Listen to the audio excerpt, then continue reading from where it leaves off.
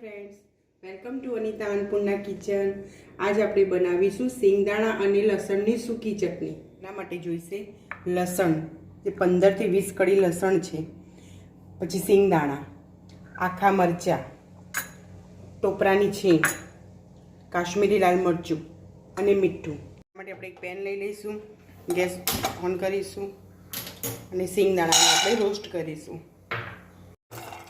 સિંગદાણાની આ રીતે ઉપરની સ્કિન રિમૂવ થાય એટલે આપણે સિંગદાણા તૈયાર થઈ ગયા છે. એને હવે આપણે પ્લેટમાં કાઢી લઈશું.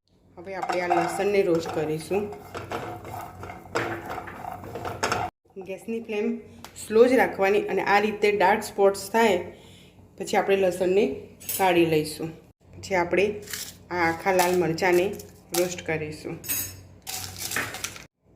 મરચાં આ રીતે કટ થઈ જાય ત્યાં સુધી આપણે એને રોસ્ટ કરીશું. થઈ ગયા છે આપણા મરચાં. ગેસની ફ્લેમ બંધ કરીશું. આપણે સિંગદાણા, લસણ અને મરચાં ઠંડા થઈ ગયા છે. હવે આપણે મિક્સર જારના અંદર ગ્રાઇન્ડ કરીશું.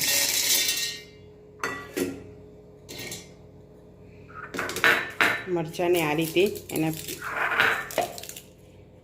બીજ કાઢી લેવાના, પછી એને એડ કરવાના.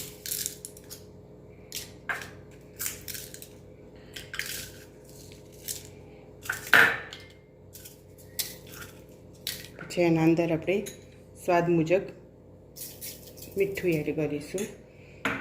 પછી ટોપરાની છીણ એડ કરીશું 2 મોટી ચમચી. પછી એના અંદર આપણે કાશ્મીરી લાલ મરચું એડ કરીશું 2 ચમચી.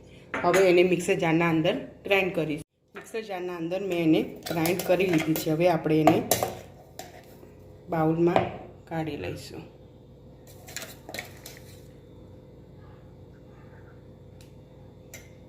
લસણ અને સિંગદાણાની સૂકી ચટણી તૈયાર છે. જો આ ચટણી તમે રોટલી સાથે, ભાખરી સાથે કે બ્રેડ બટર ઉપર સ્પ્રિંકલ કરીને પણ ખાઈ શકો છો. જો તમને મારી આ રેસીપી ગમી હોય તો મારી રેસીપીને લાઇક કરજો, શેર કરજો, મારી ચેનલને સબસ્ક્રાઈબ કરજો. બાજુમાં આપેલા બેલ આઇકનને પ્રેસ કરજો જેથી તમને મારા નવા વિડીયોની નોટિફિકેશન મળતી રહે. Thank you.